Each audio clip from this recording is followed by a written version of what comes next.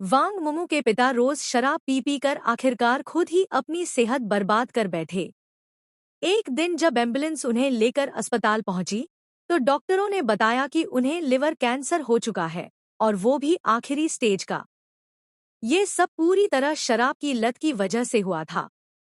अब उनके परिवार के सामने भारी इलाज का खर्च आ खड़ा हुआ था। लेकिन सच्चाई ये थी कि इस स्टेज पर कीमोथेरेपी से कैंसर ठीक नहीं होता, बस जिंदगी के कुछ दिन बढ़ाए जा सकते हैं।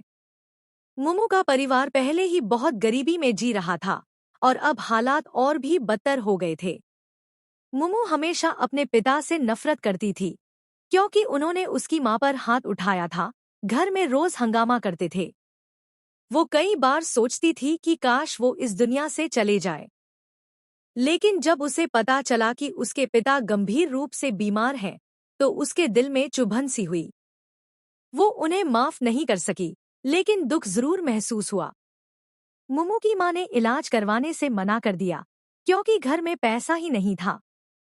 मुमू इस फैसले को समझती थी, लेकिन दिल से बेहद टूट चुकी थी। ऐसे वक्त में कियाओ छिंगयू और मिंग शेंग उसके साथ खड़े रहे। दोनों कई बार अस्पताल जाकर मुमू के पापा को देखने जाते और मुमू को हिम्मत बंधाते। एक दिन मिंग शेंग और कियाओ छिंगयू अस्पताल से निकल रहे थे। बाहर बारिश हो रही थी। छिंगयू अस्पताल के गेट के पास चुपचाप खड़ी थी। मिंग शेंग के बैग में छाता था, लेकिन उसने जानबूझकर उसे निकाला नहीं। शायद वो पल जीना चाहता था। वो धीरे से उसके पास गया और बोला कि अब वो स्कूल नहीं आएगा, क्योंकि वो विदेश पढ़ाई के लिए एग्जाम की तैयारी कर रहा है। हो सकता है यह उनकी आखिरी मुलाकात हो। ये सुनकर छिंगयू थोड़ी देर चुप रही, फिर हल्की सी मुस्कान के साथ बोली, ऑल द बेस्ट। मिंग शेंग ने जाने से पहले कुछ और नहीं कहा। अब मिंग शेंग अपने पिता की मदद में जुट गया था। उसके पिता को अस्पताल के केस में गलत ठहराया जा रहा था, और वो खुद को ठीक से बचाव नहीं कर पा रहे थे। ऐसे में मिंग शेंग ने सबूत जुटाने और सच्चाई सामने लाने की जिम्मेदारी खुद ले ली। उधर स्कूल में एड्स जागरूकता अभियान चल रहा था। जब छिंगयू ने वहां एक पोस्टर देखा जिसमें वॉलंटियर्स की तलाश थी, तो उसे अपनी बहन बेयू की याद आ गई। वो फौरन आयोजकों से मिली और वॉलंटियर बनने की इच्छा जताई। इस काम के दौरान छिंगयू ने एड्स के बारे में काफी कुछ सीखा।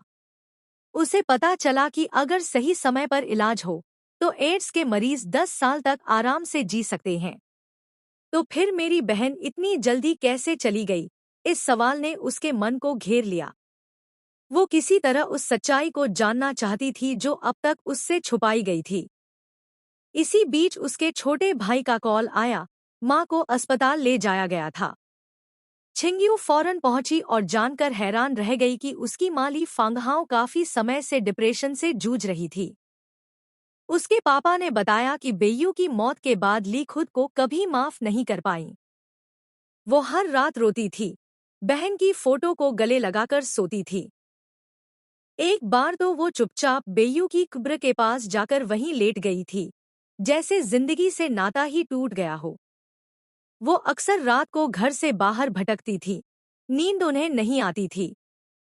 छिंगयू ने पहले भी नोटिस किया था कि माँ कुछ अजीब व्यवहार कर रही थी, लेकिन कभी सोचा नहीं था कि वो इतनी गहराई से दुखी थी। उसे हमेशा लगता था कि माँ ने उन्हें और बेयू को पूरी तरह प्यार नहीं किया। लेकिन अब समझ आया कि माँ के अंदर जो टूटन थी, वो ही उनकी बीमारी की वजह बन गई थी। और ये भी साफ हो गया कि माँ ने अपनी बेटियों से बहुत प्यार किया था, बस वो प्यार दिखाने का तरीका नहीं जानती थी। दूसरी ओर मिंग शेंग बिना थके अपने पापा के लिए लड़ता रहा।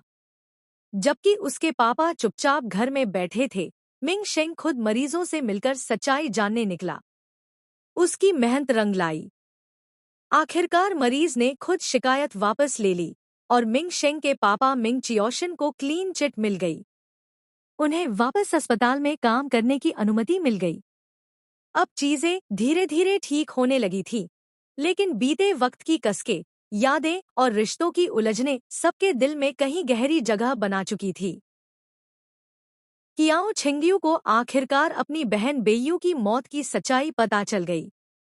बीमारी तो एक वजह थी, लेकिन असली कारण कुछ और ही था। किसी ने बेयू की मेडिकल जानकारी और तस्वीरें इंटरनेट पर लीक कर दी थी। जब वो अस्पताल में भर्ती थी, उसे रोज अजनबियों के फोन आते और लोग उसे नीचा दिखाने के लिए अपशब्द कहने लगते। सोशल मीडिया पर बैठे सदाचारी लोग उसे बेइज्जत करते रहे, दिन रात ताने सुनाए।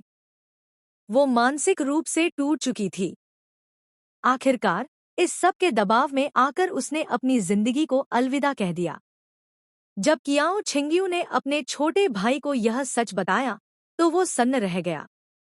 कई दिनों तक कियाओ छिंगयू को सपनों में यही दिखता रहा कि वो समंदर किनारे खड़ी है और बेयू चुपचाप दूर समंदर की ओर देख रही है, एकदम अकेली, बहुत देर तक।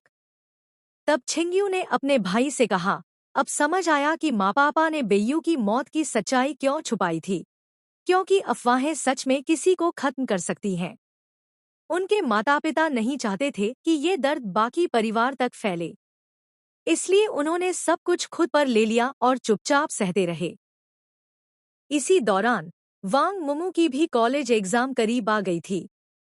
उसने छिंगयू को बताया कि भले ही पहले उनके पास पिता का इलाज करवाने के लिए पैसे नहीं थे, लेकिन अब वो अपनी मौसियों से 2 लाख युआन उधार लेने के लिए तैयार है, लिखित इकरारनामा के साथ। जबकि वही पिता शराब पीकर आए दिन मां को मारते थे और घर का माहौल जहरीला बना देते थे। लेकिन अब जब वो अस्पताल में थे, तो मुमू ने उनका इलाज कराने का फैसला लिया, यानी वो दिल से अपने पिता से प्यार करती थी। मुमू ने ये भी बताया कि कियाओ छिंगयू की मां ने बेयू से बहुत प्यार किया था। जब बेयू की मौत की खबर आई, तो उन्होंने मुमू की मां से कहा था कि वो बिल्डिंग से कूद जाएंगी, लेकिन 2 नर्सों ने उन्हें रोका। फिर उन्होंने सोचा, अब भी उनके 2 बच्चे हैं जिनके लिए उन्हें जीना है, तभी वो खुद को संभाल पाईं। कियाओ छिंगयू ने अब अपनी मां की मेहनत और भावनाओं को समझना शुरू किया।